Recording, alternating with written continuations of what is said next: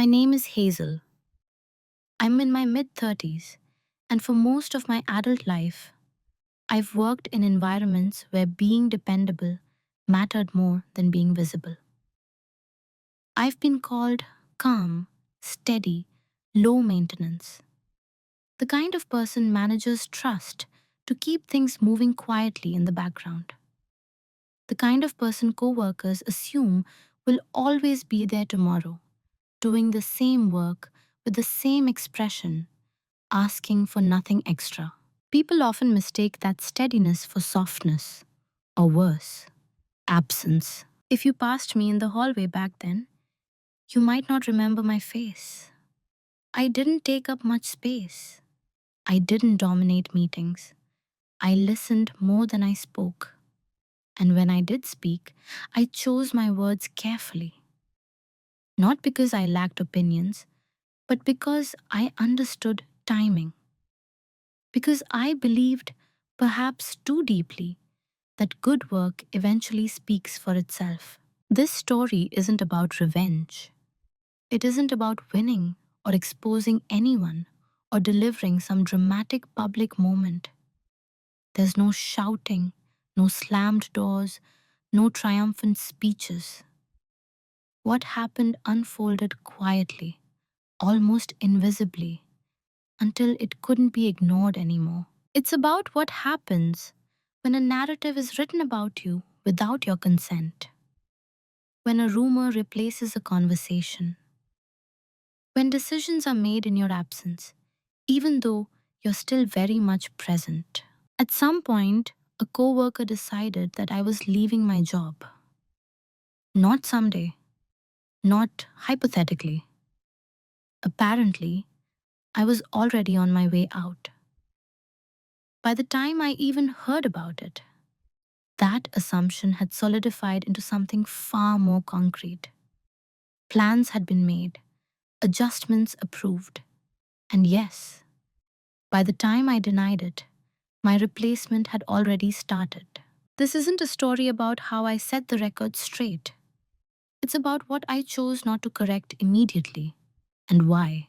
Over the next hour, I'll walk you through how I was seen, how I was slowly diminished without open conflict, and how silence, when chosen deliberately, can become something far more powerful than explanation. You will hear about patience that wasn't passive, restraint that wasn't fear, and a kind of dominance that doesn't announce itself until the very end. I'm sharing this honestly, without embellishment. There are moments I'm not proud of, moments I misunderstood myself, and moments where doing nothing felt unbearable but necessary. If there's justice in this story, it isn't loud. It arrives calmly and it stays. So before we go any further, I want to ask you something gently. Have you ever realized that people had already decided who you were without ever asking you? To them, I was the constant. Not the kind of constant people celebrate, but the kind they lean on without noticing. I was the person whose name didn't raise eyebrows when it appeared on a project plan, because it always did. The one copied on emails just in case, then quietly relied upon when things went wrong. If something was unclear, unfinished, or falling apart, it somehow found its way to my desk. No one ever said, Hazel will fix this. They just assumed it would be fixed.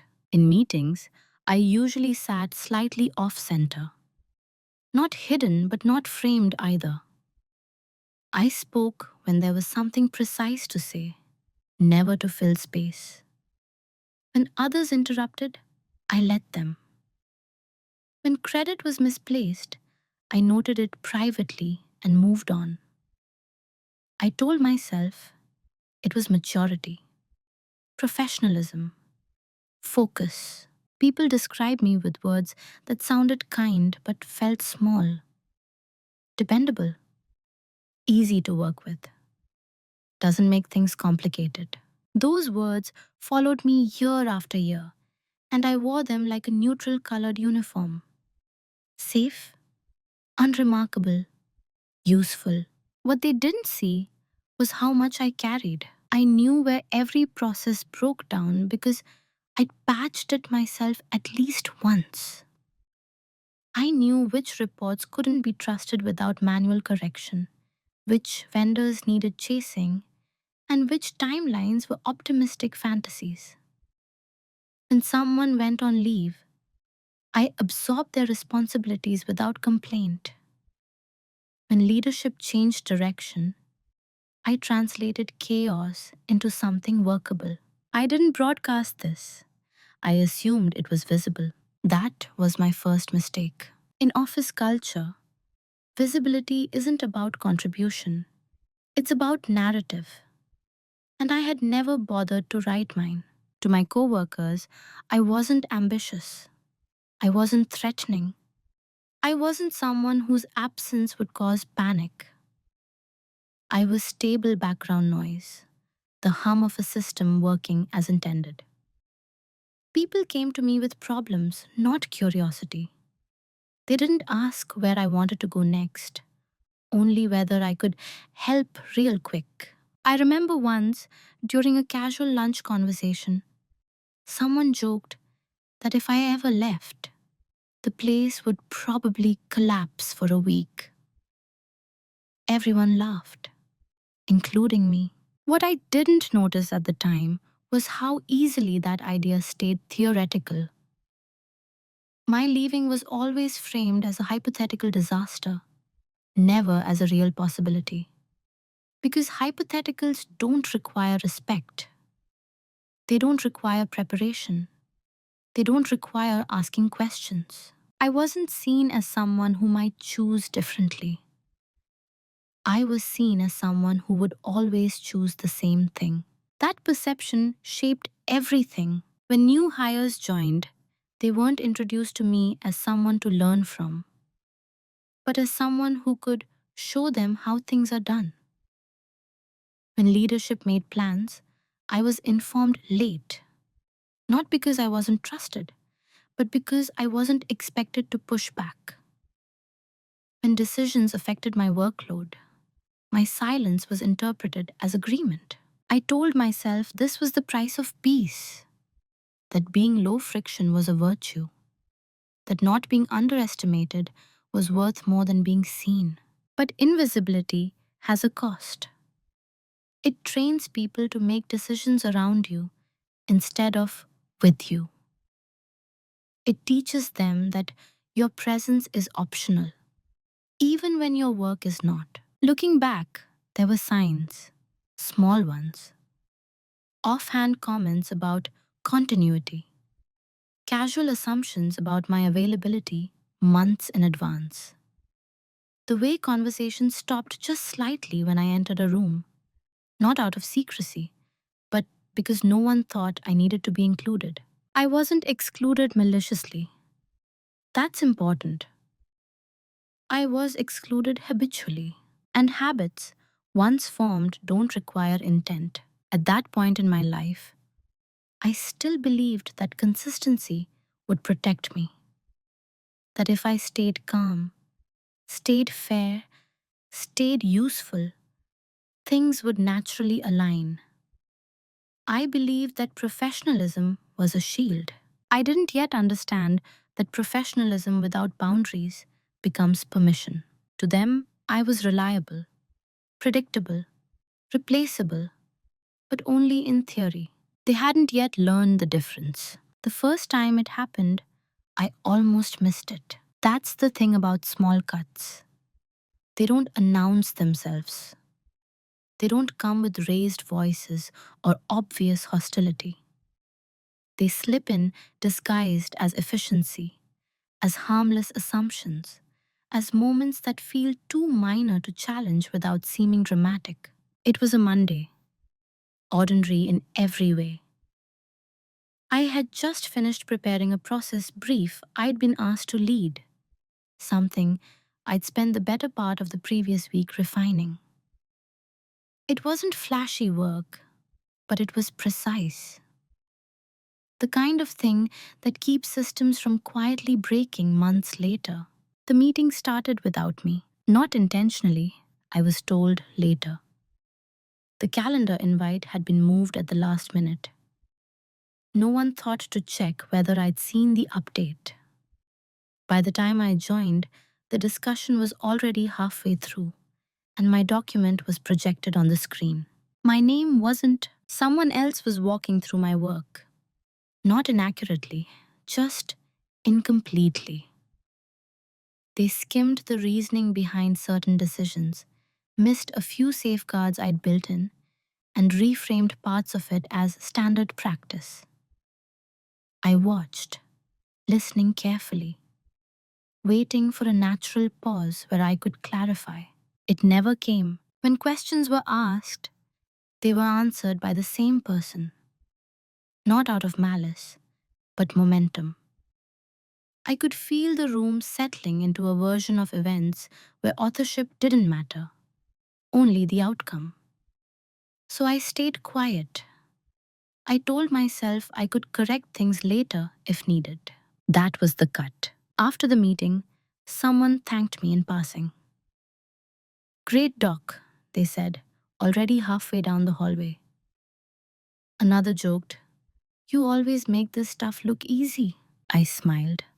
I nodded. I went back to my desk. What lingered wasn't anger. It was something colder. A faint realization that something had shifted, and no one else had noticed. Not because they didn't care, but because nothing appeared wrong. Later that week, a small change was made to the process without consulting me. It wasn't a bad change, just unnecessary. And it created a problem I'd already accounted for. When I pointed this out privately, I was told, Oh, we assumed you'd be fine adjusting. Assumed. That word stayed with me. At the time, I rationalized everything. People were busy. The company was growing. Communication gaps happen. I reminded myself that no one had insulted me. No one had undermined me openly. Nothing had been taken. At least, not in a way I could clearly articulate. And because I couldn't clearly articulate it, I didn't challenge it. That's how normalization begins. The small cut wasn't the meeting, or the missing credit, or the assumption. It was the quiet agreement I made with myself to let it pass, to absorb the discomfort and label it as professionalism, to prioritize smoothness over clarity. I didn't want to be seen as sensitive, or territorial, or difficult. I'd watched what happened to people who corrected others too quickly. They gained a reputation. I didn't want that kind of visibility. So I chose invisibility again. What I didn't realize was that the room had learned something in that moment. Not consciously, not cruelly, but effectively. They learned that my presence wasn't required for my work to move forward, that my silence could be interpreted as consent. Those decisions touching my responsibilities didn't need my voice to be valid. Once a system learns it can operate without resistance, it keeps going. There were no apologies, because no one thought they'd done anything wrong. There were no follow-ups, because everything still worked, thanks to me quietly correcting issues downstream. From the outside, I was still valued, still trusted, still included, just enough to seem involved. From the inside, something had cracked. I began to notice patterns I'd once ignored. How often was my work was referenced without my name? How decisions landed in my inbox are already finalized? How people spoke about my role more than with me? The cut hadn't bled. It hadn't scarred yet.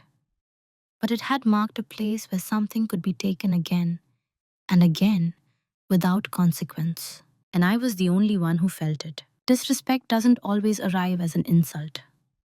Sometimes it settles in like routine. After that first small cut, nothing dramatic followed. No escalation, no open conflict. Just a series of moments so ordinary they were easy to excuse. That's what made them dangerous. Each one, on its own, was tolerable. Together, they formed a pattern I didn't want to name. My responsibilities kept expanding, but my authority didn't. I was looped in when something needed fixing, not when it was being decided. I became the person who knew how things actually work, which sounded flattering until I realized it also meant I was expected to adapt, quietly, to whatever choices others made. If a deadline slipped because of a decision I hadn't been consulted on, it was assumed I'd find a workaround. If a new hire struggled, I was asked to mentor them, not because I was officially in charge, but because I was good with that kind of thing. My role grew sideways, never upward. I told myself this was temporary. Those things would rebalance once the team stabilized. That visibility would come naturally once leadership noticed how much weight I was carrying. They noticed the weight. They just didn't attribute it to me. In meetings, I began to hear my own ideas repeated back to me weeks later, slightly rephrased by someone else. When that happened, the room reacted differently. More engagement, more discussion. I'd watch, almost detached, as something familiar gained value simply because it came from a louder voice. I didn't interrupt. I didn't say, I mentioned this already. I nodded, as if we were discovering it together. That became another habit. When I stayed late to finish something critical, it was framed as dedication, not necessity. When I set boundaries, even gently, they were treated as inconveniences. Can you just this once?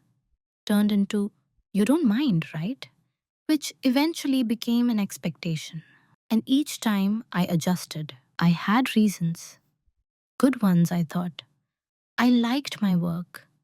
I believed in doing things well.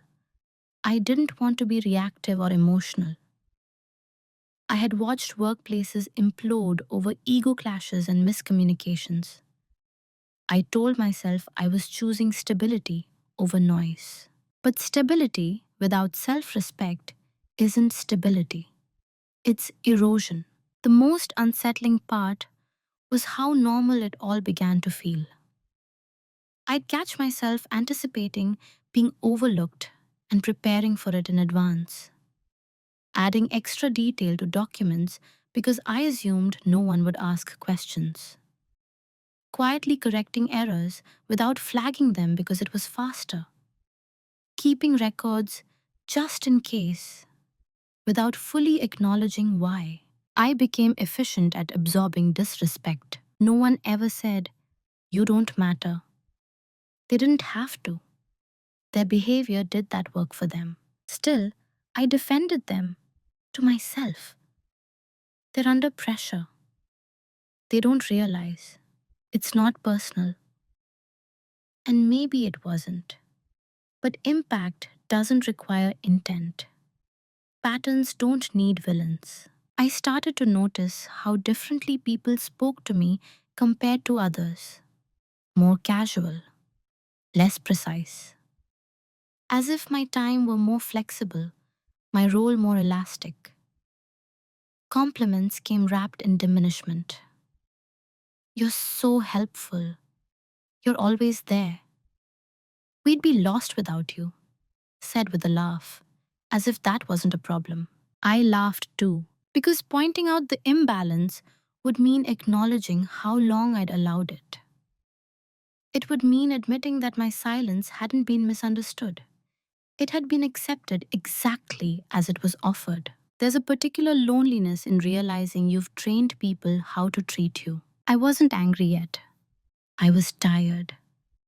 tired of being the invisible buffer between decisions and consequences, tired of feeling responsible without being empowered, tired of carrying institutional memory that no one seemed interested in honoring. And still, I stayed quiet because part of me believed that speaking up now would look inconsistent, that it would raise questions I didn't know how to answer without sounding bitter. I had built an identity around being easy to work with. I didn't know how to challenge the system without challenging myself. So I normalized it. I told myself this was just how things were, that every workplace had someone like me, that being indispensable was its own form of security.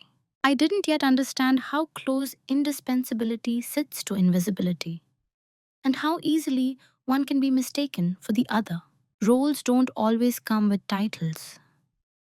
Sometimes they arrive as expectations, unspoken but firmly held. At some point, I realized that people weren't reacting to who I was anymore. They were reacting to who they believed I would continue to be. A fixed role had been assigned to me, and I'd been performing it so consistently that no one questioned whether it was a choice. I was the reliable one, the one who didn't panic, the one who smoothed things over, not the one who advanced. When decisions were discussed, my role was supportive, not strategic. I was there to confirm feasibility, not direction, to make sure things wouldn't break, and not to decide where they should go. If I offered an opinion that pushed beyond logistics into vision, it was acknowledged politely, then set aside. It wasn't rejection, it was a redirection. I started to hear phrases that subtly reinforced the box I'd been placed in. That's more of a big picture thing. Let's keep Hazel focused on execution. You're so good at handling details. We need you there. Need can be a trap when it's one directional. The more competent I was, the narrower my perceived lane became. I was trusted with complexity, but not with influence, with responsibility, but not with authority. The system worked because I worked within it, quietly reinforcing its limits. And I helped build that system. When someone asked why I wasn't being considered for a new role that opened up, the answer came easily. Hazel's invaluable where she is. It was said like praise, like protection. It was neither. I began to understand that my predictability had become my defining feature. People felt comfortable making assumptions about my future because I had never disrupted their expectations. I was the constant variable in a shifting environment. Useful, yes, but static. The role I was assigned didn't require malice to sustain itself. It required my continued compliance, and every time I chose smoothness over friction, I reinforced it. What unsettled me most was how invisible the role had become to everyone else. No one thought they were limiting me. They thought they were relying on me. They thought I was content. After all, I never said otherwise. Silence is easily mistaken for satisfaction. There were moments I considered correcting that perception. Small openings where I could have asserted myself more clearly, asked harder questions, named my contributions. But each time I hesitated, not out of fear, but out of calculation. What would it cost? I had built trust as someone who didn't challenge the flow. Changing that suddenly would shift how I was seen. And I wasn't ready to lose the stability I'd earned, even if it came with constraints. There's a comfort in being known, even if what's known is incomplete. So I stayed within the role. I continued to be the one who made things work behind the scenes. The one who documented processes no one else wanted to touch. The one who caught errors before they reached leadership. The one who trained people who would later be seen as more dynamic. And slowly, almost imperceptibly, my own sense of identity began to narrow to match the role. I stopped imagining alternative paths. I stopped voicing long term goals. I told myself I didn't need titles or recognition to feel fulfilled. That was only partially true. What I needed, though I didn't yet know how to articulate it, was agency. The ability to choose rather than be chosen for. The space to decide when to stay, when to shift, when to speak. Instead, the role I was assigned decided those things in advance: reliable, useful, invisible. At the time, I thought the danger lay in being underestimated. I hadn't yet realized the real risk was being fully understood, incorrectly, and never corrected. The shift didn't happen during a meeting. There was no confrontation, no raised voice, no moment that anyone else would remember. It happened on an ordinary afternoon in the quiet space between tasks. I was reviewing a set of internal updates, routine, procedural, the kind of thing I could do almost automatically by then. Halfway through, I noticed a line that didn't belong, a small note, easy to miss, framed as a logistical assumption. Coverage plan to be adjusted following Hazel's transition. I read it twice, then a third time, slower. Transition. The word sat there, undefined. No timeline, no conversation attached to it. Just an assumption, already woven into planning documents. My name was used as a reference point for a future I hadn't agreed to, or even been informed about. At first, I thought it was a mistake, a placeholder, something copied from another document. I checked the metadata.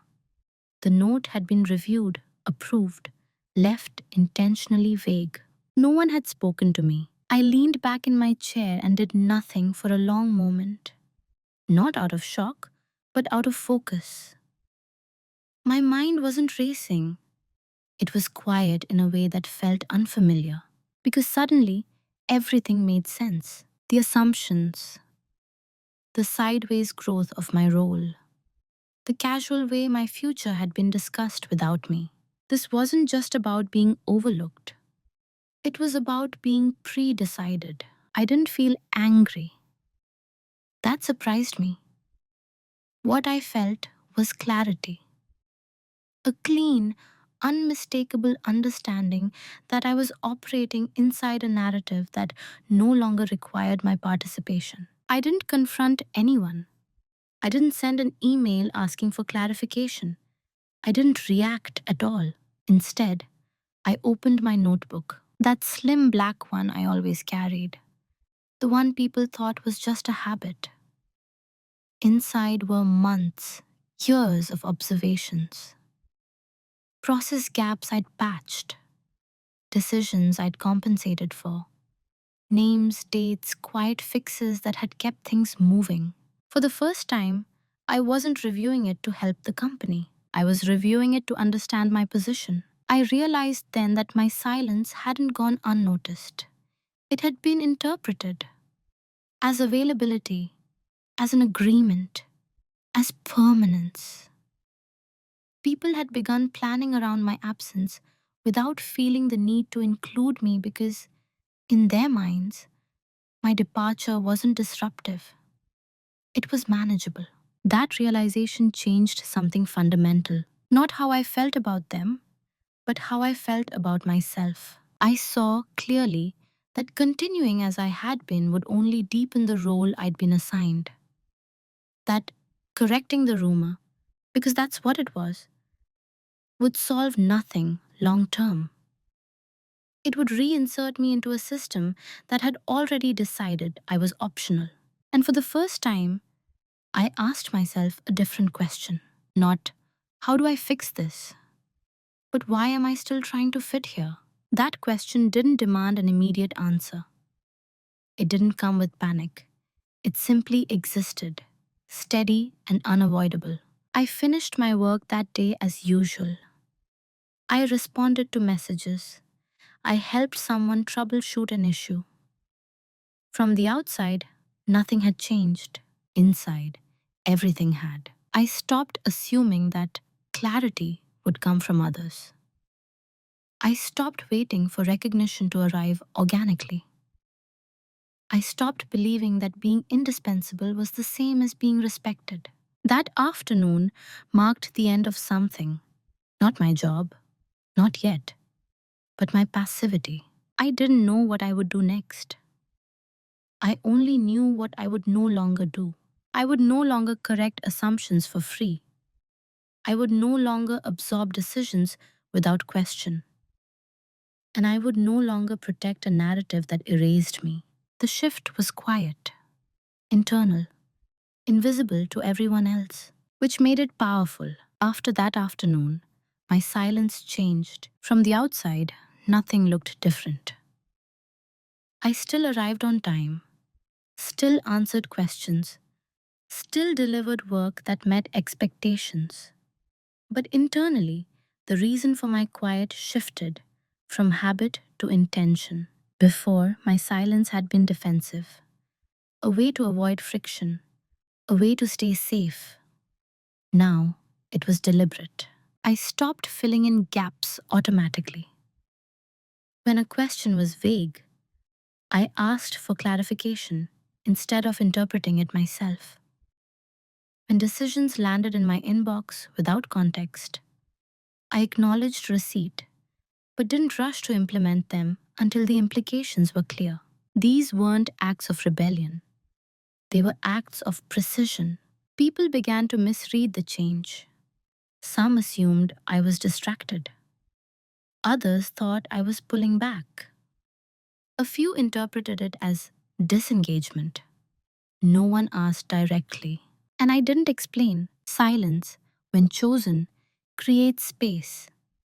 And in that space, patterns reveal themselves. I watched how often people expected me to anticipate needs without being told. How quickly they grew uncomfortable when I didn't. I noticed how meetings stretched longer when I didn't quietly steer them back on track. How small inefficiencies surfaced when I didn't absorb them on instinct. Still, I didn't step in immediately. I wasn't withdrawing support. I was withdrawing the assumption. I began documenting everything more carefully. Not just processes, but interactions. Who made which decisions? When I was consulted versus informed. What responsibilities were expected to carry without authority? Not to build a case, to build awareness. And something else happened. Something subtle. People started speaking around me differently, more cautiously, less casually. When silence is no longer automatic, it becomes noticeable. Not threatening but unsettling. It forces others to confront what they've come to rely on without acknowledging it. A few colleagues tried to re engage me with humor. "You've been quiet lately," they'd say, smiling, as if inviting me back into a familiar role. I smiled too. I didn't correct them, because quiet doesn't mean absent. It means listening without volunteering. I also began preparing, privately, methodically. I reviewed my records. I identified which parts of my role were documented only because I'd chosen to document them. Which systems depended on knowledge that lived solely in my head. I didn't hide this information. I simply stopped offering it unsolicited. What surprised me most was how quickly people filled the silence with their own assumptions. That I was coasting, that I was checked out, that maybe I was indeed planning to leave. The rumor hadn't started yet, not officially, but the soil was already fertile. And I let it be. Not out of spite, out of clarity. Because correcting a misconception too early only reinforces the idea that you owe constant reassurance. I wanted to see how far the assumptions went without my intervention. I wasn't playing a game, I was observing one. In that period, I learned something important about power. It isn't always about action, sometimes it's about restraint, about knowing when not to speak. Because speaking would stabilize a system that benefits from your predictability. By choosing silence, I wasn't disappearing. I was repositioning, and the people around me, accustomed to my quiet competence, mistook that shift for weakness. They didn't see strategy, they saw space and began to fill it. That was exactly what I needed. What they never noticed wasn't what I was doing, it was what I had stopped doing for them. I still completed my assigned work, I still met deadlines, but the invisible labor, the anticipatory thinking, the quiet corrections, the emotional buffering, those began to fade, not dramatically, just enough to reveal how much of the system had been leaning on me without acknowledgement. And while they adjusted, slowly, imperfectly, I was preparing. Quiet dominance isn't about sudden moves. It's about understanding leverage before you ever need to use it. I wasn't angry enough to act impulsively, and I wasn't afraid enough to rush. I was clear. I began by mapping my role as it actually existed, not as it appeared on paper. I listed every recurring task that depended on historical knowledge. Every relationship that ran smoothly was maintained because I maintained it. Every workaround that had become standard without ever being formalized. I also listed what I did not own officially, the decisions I influenced but wasn't credited for, the outcomes I was responsible for without being empowered to direct. That contrast mattered because leverage isn't just about what you do, it's about what happens when you stop doing it. I reviewed contracts, policies, internal documentation, not with suspicion, but with intent. I wanted to know exactly where my responsibilities ended and where my goodwill had been filling gaps no one had noticed. I also began updating my personal records, emails archived, meeting notes organized, timelines clarified, not to weaponize them, but to ground myself in facts, not feelings. There's a calm that comes from knowing you're not imagining things. I paid attention to how others spoke when they thought I wasn't central to a conversation. The language they used, the assumptions they made, the way my role was described in abstract terms, support, coverage, continuity, never leadership, never strategy. Still, I didn't correct them because correction would have required explaining myself to people who hadn't bothered to ask. What I noticed most was how comfortable they were planning around me, assigning future responsibilities as if I were a fixed resource, discussing coverage without considering consent, talking about resilience in terms of replacing functions, not respecting people. That's when I understood something crucial. I wasn't being pushed out. I was being managed out in advance, without intention. The rumor, when it eventually came, would feel sudden, but the groundwork had already been laid. So I did something that felt counterintuitive.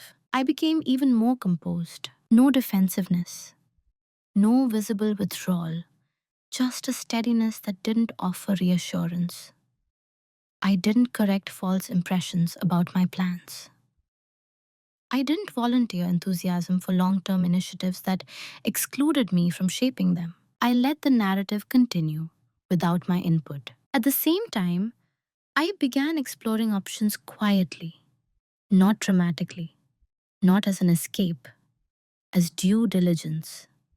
I reviewed my market value, updated my resume in small increments, reconnected with a few professional contacts, not to complain, just to listen. I didn't need an exit yet.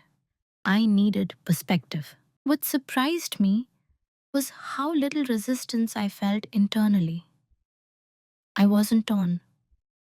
I wasn't conflicted. The more I saw the system clearly, the less I felt attached to it.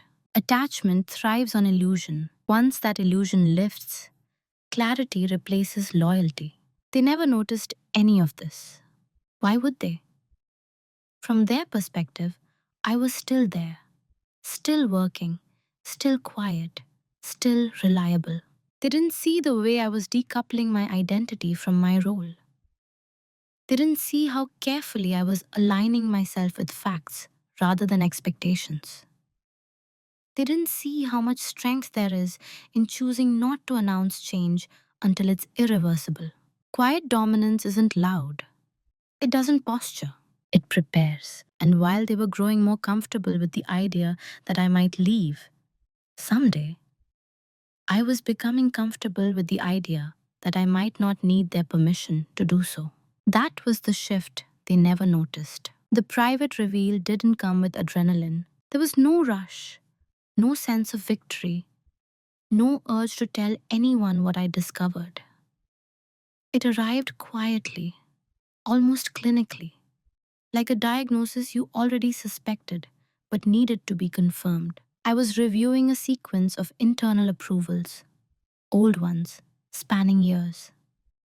Nothing unusual on the surface. Standard sign offs, routine delegations. But as I traced the flow more carefully, something became clear. I wasn't just supporting the system, I was the system in several critical places. Not officially, not on any org chart, but functionally, undeniably. Certain processes existed only because I had designed and maintained them informally. Certain compliance steps were understood rather than documented because I was the one who understood them. Certain relationships with external partners ran smoothly because I absorbed friction before it reached leadership. And none of that had been transferred. Not because they couldn't have done it, because they never thought they needed to. That was the reveal. The company believed it had redundancy. It is believed that roles were interchangeable. It is believed that continuity plans existed. On paper, in reality, those plans depended on my quiet presence and unspoken judgment. Not maliciously, not recklessly, just habitually. I didn't feel smug about this. I felt sober. Because leverage like that isn't something you celebrate, it's something you handle carefully. I imagined what would happen if I corrected the rumor aggressively, if I marched into a meeting and demanded clarity, demanded recognition, demanded a reset. Best case, they'd reassure me, reaffirm my value, maybe even apologize. And then what? I'd still be in a system that only noticed me when I threatened to leave. A system that responded to pressure, not principle. One that had already decided my future without my input once and could do so again.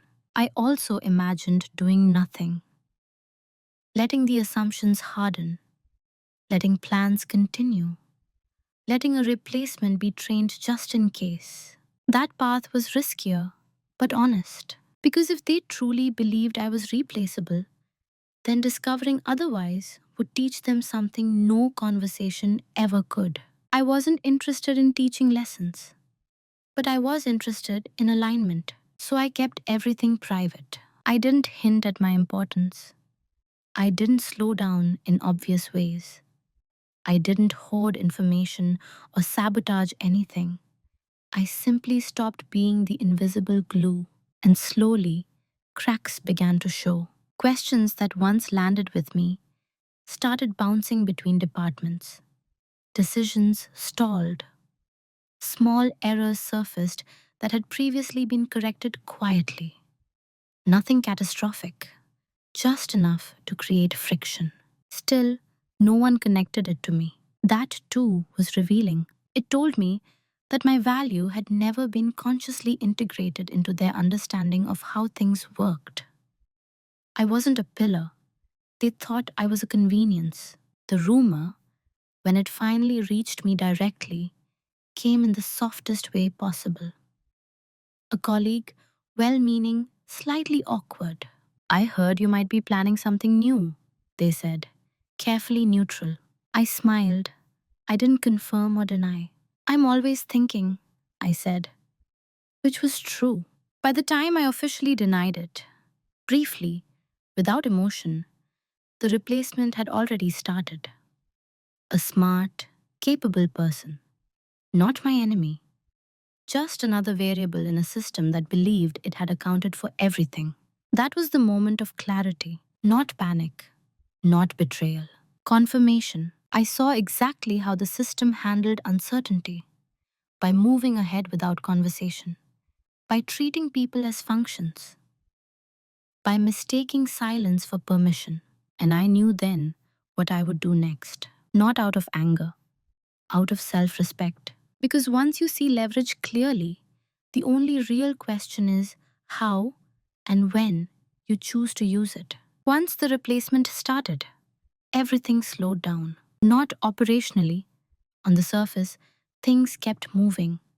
Meetings happened, emails flowed, people smiled and acted as if nothing unusual had occurred. But for me, time felt suspended, like I was standing at a quiet intersection, watching several roads stretch out in front of me. Each one was viable. Each one came with a cost. I could confront it directly. Ask why decisions had been made without me. Why had a narrative about my departure been allowed to solidify?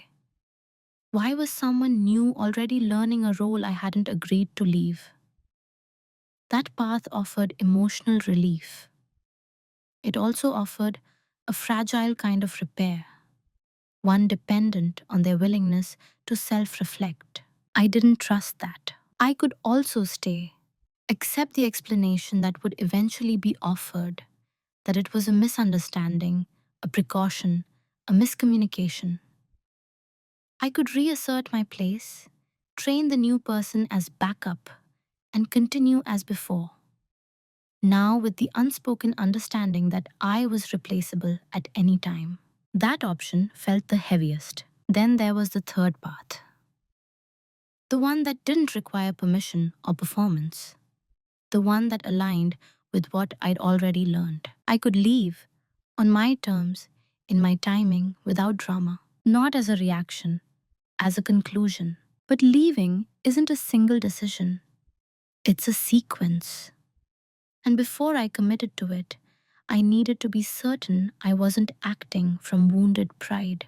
So I tested myself. I asked, if they apologize sincerely tomorrow, would I stay? The answer surprised me. No. Not because the apology wouldn't matter, but because it would arrive too late to change what I now understood. The system hadn't failed accidentally. It had functioned exactly as designed. It rewarded predictability. It smoothed over silence. It was planned for continuity without conversation. I had simply outgrown it. That realization brought an unexpected calm. The kind that only comes when indecision ends. I didn't need to justify myself to anyone. I didn't need to be right. I just needed to act in alignment with what I knew. Suha. So I chose the irreversible path. Not immediately, not impulsively, but deliberately. I began preparing my exit the same way I prepared everything else, with care. I reviewed my contract, noted notice periods, checked policies around transition and documentation. I made sure I understood my obligations clearly so I could meet them without excess. I didn't owe them chaos. I owed myself integrity. I also watched the replacement closely, not with resentment, but curiosity. They were competent, eager, still learning. They asked good questions.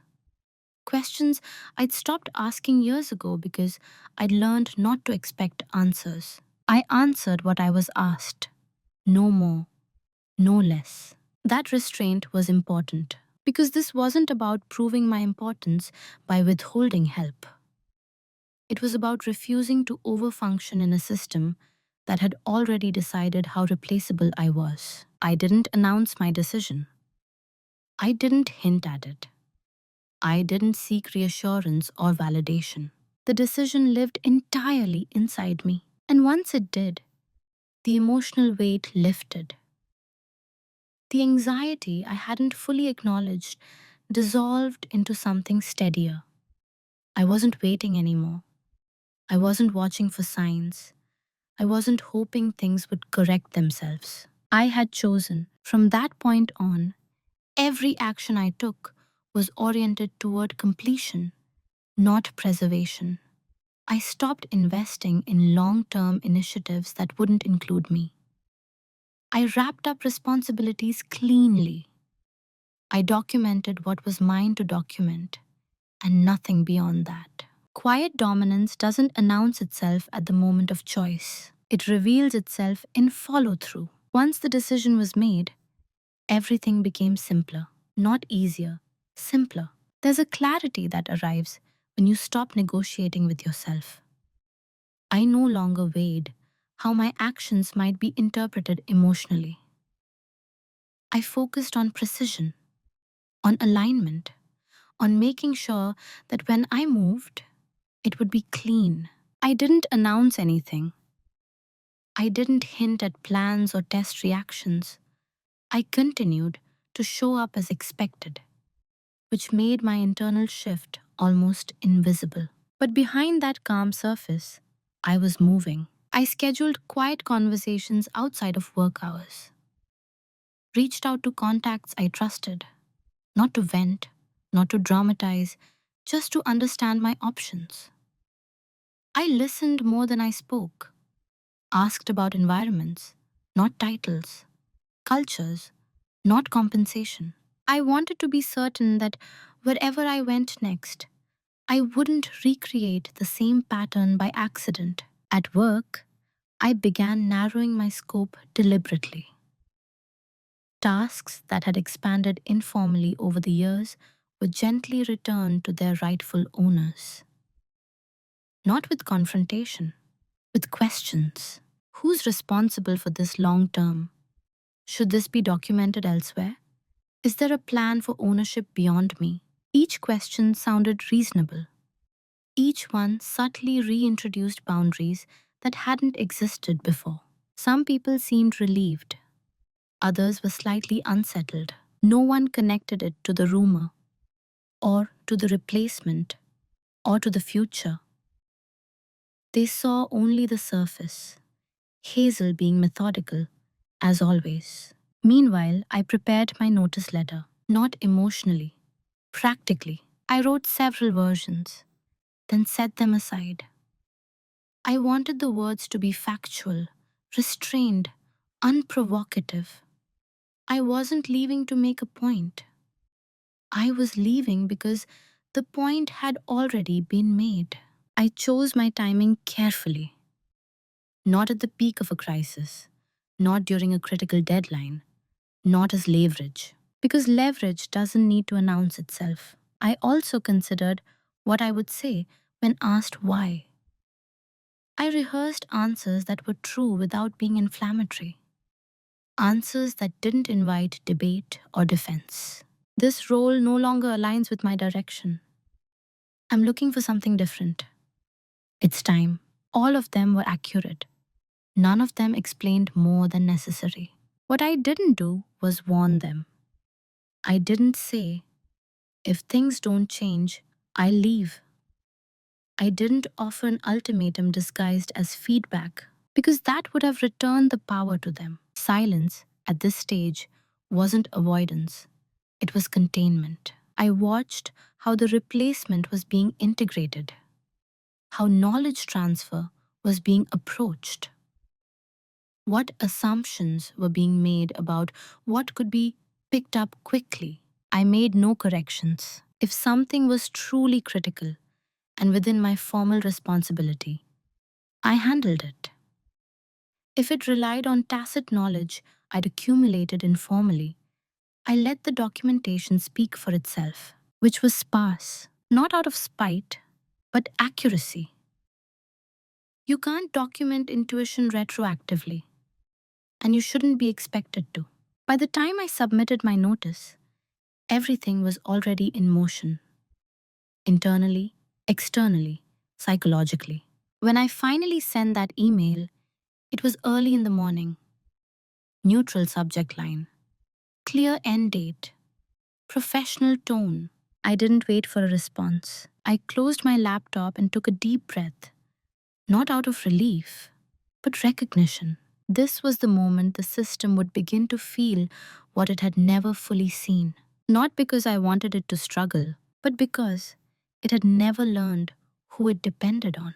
The consequences didn't arrive with shock, they arrived in confusion. At first, the response to my notice was polite, almost casual.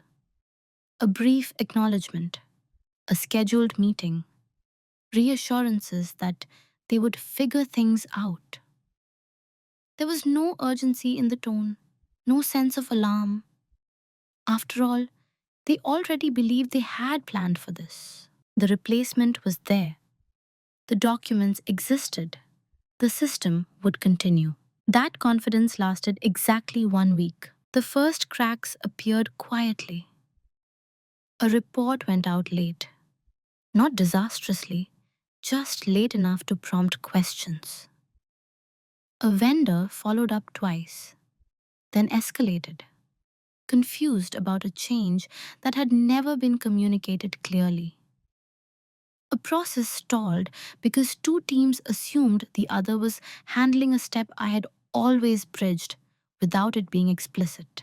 None of these issues was catastrophic, but they were unfamiliar. People began asking questions they hadn't asked in years. Not about what to do, but why things were done a certain way. Questions that didn't have neat answers, because the answers lived in experience, not documentation.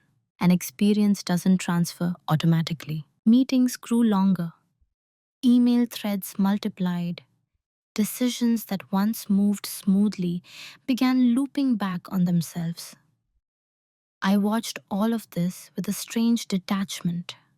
Not satisfaction, not resentment, just observation. I was still there, still fulfilling my notice period, still responding to what was formally required of me. But the system had already begun to feel lighter in one place and heavier everywhere else. People started stopping by my desk more often, not with accusations, with uncertainty. Do you remember how we handled this before? Quick question, what's the best way to approach? Wasn't there a workaround for this? I answered carefully. If the question related to something clearly documented, I pointed them to it. If it related to something I had historically absorbed informally, I paused. I don't think that's written down anywhere, I'd say, calmly, truthfully. Sometimes I could see the realization flicker across their faces, sometimes not. Leadership began to check in more frequently, not confrontationally, with a new attentiveness that hadn't been there before. They asked how the transition was going, whether there was anything else I thought they should know. I kept my answers precise. I've shared everything that falls within my role. The documentation reflects current processes. I believe the team will adapt. All true, all incomplete. Because adaptation takes time.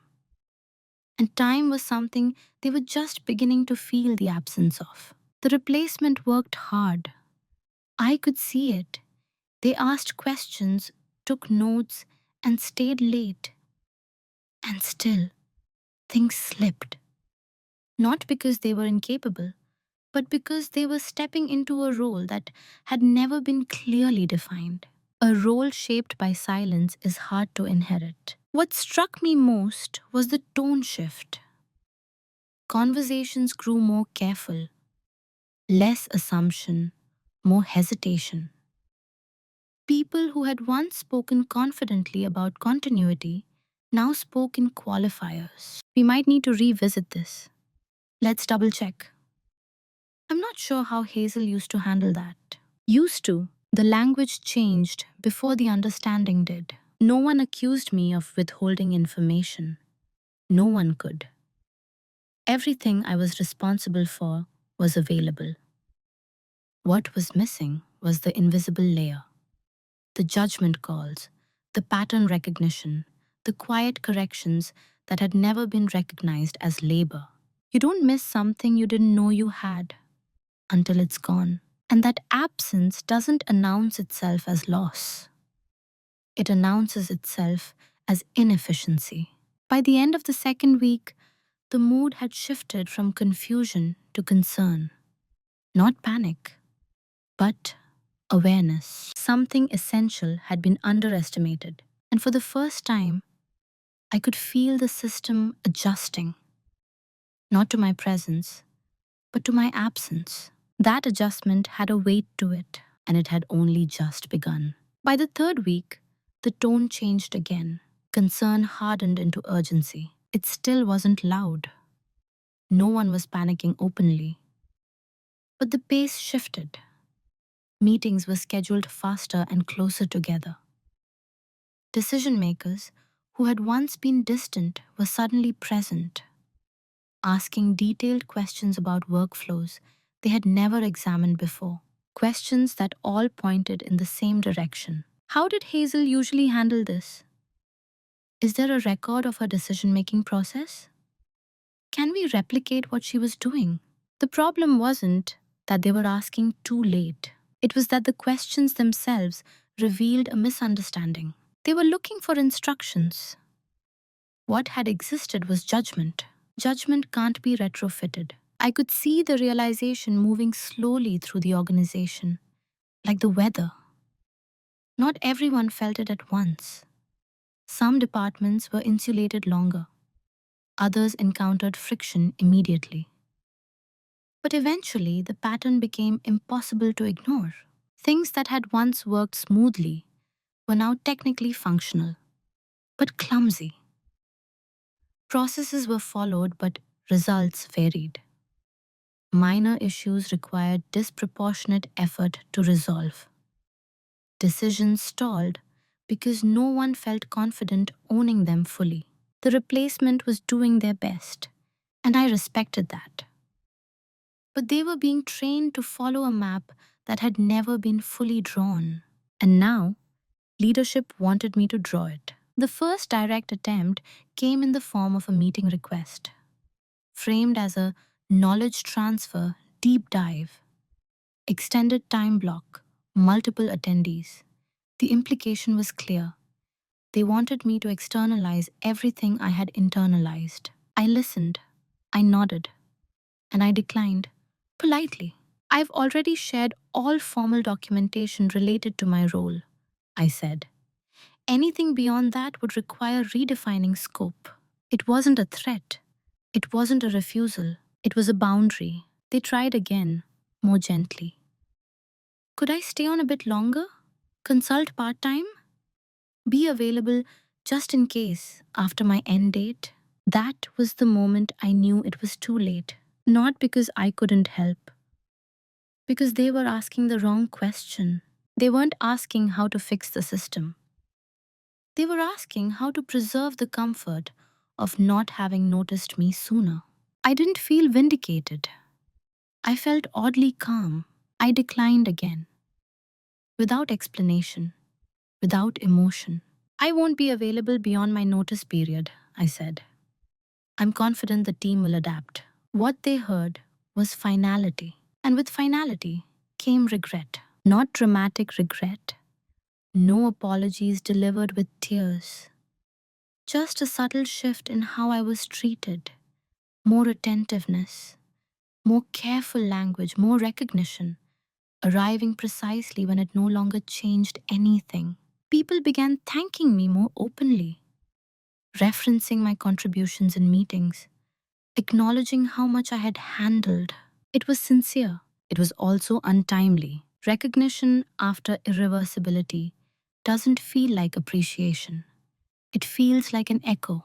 I noticed how often people tried to compress years of absence into a few conversations, as if understanding could be accelerated to compensate for neglect, as if awareness, once achieved, could rewind decisions already set in motion. It couldn't. By then, I had already emotionally left, not in anger, not in bitterness, but in completion.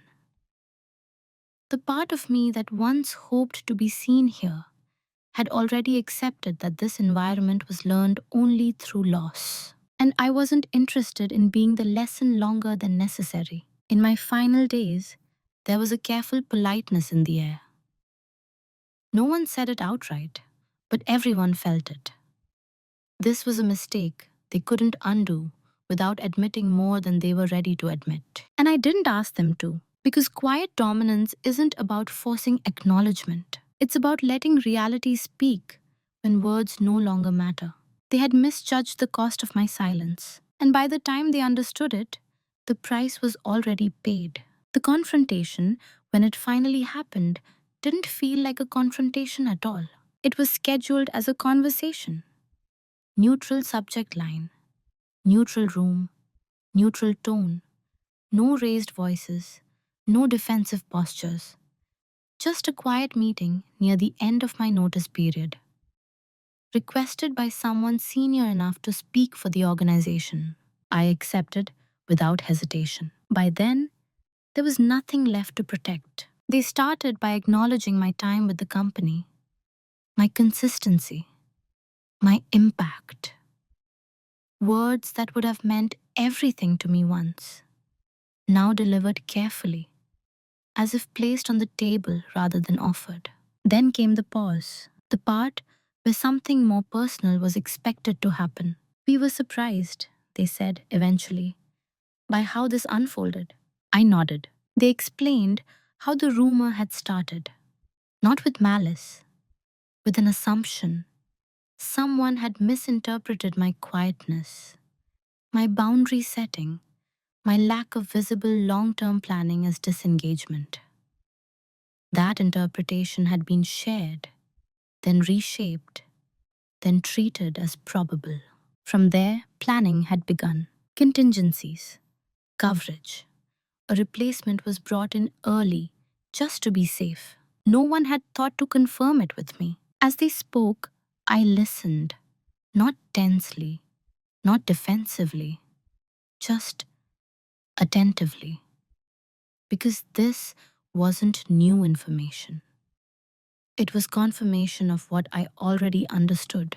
When they finished, they asked if I wanted to respond. I did, but briefly. I wasn't asked, I said. So I didn't correct it. The room went quiet. Not because the words were sharp, because they were simple. They asked why I hadn't come to them sooner. Why I hadn't pushed back? Why hadn't I clarified my intentions? I answered honestly, because by the time I became aware of it, the decision-making process had already moved without me, I said. Correcting the rumor wouldn't have addressed that. They tried to frame it as a misunderstanding, something that could have been resolved with better communication. I didn't argue. Communication wasn't missing, I said calmly. Consent was. That was the moment the tone shifted. Not to hostility, but to gravity. The realization that this wasn't about a rumor at all. It was about a system that felt entitled to decide someone's future based on convenience. They asked if anything could have changed my mind. I considered the question carefully before answering. No, I said, because the issue wasn't the replacement. It was the assumption that my silence meant availability. There was no rebuttal to that. We talked a bit longer about transition logistics, about timelines, about formalities. The conversation stayed contained, respectful, and unemotional. And that was intentional. I wasn't there to extract an apology, or to deliver a speech, or to make anyone uncomfortable enough to remember me vividly.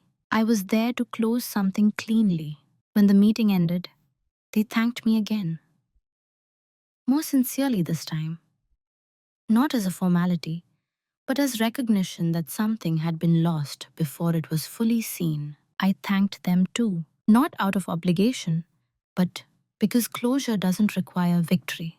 Walking out of that room, I felt no triumph, no sadness, just a steady sense of alignment. I had said what needed to be said, without heat, without accusation, without leaving anything unresolved inside myself. Quiet dominance doesn't need witnesses, it needs coherence. And for the first time in a long while, mine was intact. After I left, life didn't transform overnight. There was no dramatic reinvention, no sudden clarity that fixed everything. What changed was subtler and more durable. I noticed how quiet my mind felt, not empty, unburdened. For a long time, I had carried a low grade tension without realizing it. The constant calculation, the monitoring of tone, the instinct to smooth, to buffer, to absorb. Once I stepped out of that environment, that tension released. Not with relief, but with recognition. This was what alignment felt like. I didn't rush into something new. I took time to recalibrate, not just my career, but my internal thresholds. What I would tolerate, what I would name early, what I would never again assume would resolve itself if I stayed silent. I became more visible, not louder. In conversations, I spoke earlier, not defensively, just clearly. I stated expectations before they had a chance to be misinterpreted. I didn't wait for patterns to form before addressing them. That didn't make me harder. It made it simpler to understand. I also noticed how differently people responded when silence wasn't my default. When I paused now, it carried intention. When I spoke, it carried weight, not because of volume, but because it wasn't diluted by over explanation. I had learned the difference between restraint and erasure, and I didn't confuse them anymore. What stayed with me most from that experience wasn't bitterness, it was discernment. A sharpened sense of when a system is asking for contribution and when it's quietly asking for permission to overlook you. I learned to ask myself better questions. Am I choosing this silence? Or is it choosing me? Is this role expanding my agency or consuming it? Is my reliability being respected or exploited? Those questions became anchors. The story people once told about me, that I was steady, adaptable, endlessly available, no longer defined me. I didn't reject it, I contextualized it. Reliability isn't a flaw, but it isn't an identity either. I'm still calm, still observant, still capable of holding complexity without needing to announce it. But I'm no longer invisible by default. What happened to me didn't make me harder or colder. It made me precise, more selective, less willing to trade my future for the comfort of being underestimated. Quiet dominance isn't about proving anything to anyone else. It's about no longer needing to. I don't regret how I handled it. Not because it was perfect, but because it was honest. I didn't burn bridges. I didn't shame anyone. I didn't betray my values to be seen. I let reality unfold, and I walked away when it no longer aligned. That's who I am now, Someone who understands that silence is powerful, but only when it's chosen. When I look back on this story now, I don't see villains. I see assumptions. I see systems that reward quiet competence while slowly draining it. I see how easily silence can be mistaken for consent, and how costly that misunderstanding can be for everyone involved. This isn't a story about being wronged and rising above it. It's a story about realizing, slowly and honestly, that staying silent in the wrong environment doesn't make you virtuous. It makes it convenient. And convenience is rarely treated with care. What happened to me didn't begin with a rumor. The rumor was just the final symptom. It began much earlier, with small moments I let pass because they felt too minor to name, with roles I accepted without questioning because they felt stable, with an identity built around being needed rather than being respected. By the time my coworkers spread the rumor that I was quitting, the system was already primed to believe it. And by the time I denied it, my replacement had already started. Because the system had learned it didn't need my voice to make decisions about me. That realization was painful, but it was also freeing. Because once you understand that being underestimated isn't always an accident, you stop trying to correct it emotionally. You start responding structurally, calmly, with alignment. The quiet dominance in this story wasn't leaving. It wasn't withholding help. It wasn't watching others struggle. It was knowing when explanation would only reinforce a role you've already outgrown. It was choosing coherence over comfort. I didn't win anything tangible by leaving that way. I didn't walk out applauded or vindicated. What I gained was something less visible but more enduring: self trust. Trust that I don't need to fight every misunderstanding. Trust that silence, when chosen consciously, can reveal more than confrontation ever could. Trust that staying too long in a place that misunderstands you teaches people the wrong lesson about your value. The moral here isn't speak up sooner, though sometimes that's true. It's notice what your silence is teaching others. Because people don't just listen to what you say, they learn from what you tolerate. If the If there's one thing I hope you take from this story, it's this: you don't owe anyone endless clarification if they've already decided not to ask. And you don't need to burn things down to walk away with dignity intact. Sometimes, the most powerful thing you can do is stop explaining and move in a direction that finally includes you. Before I end this, I want to leave you with a question, not a dramatic one, a quiet one. Have you ever realized, too late, that people had already made plans for a version of you that no longer existed?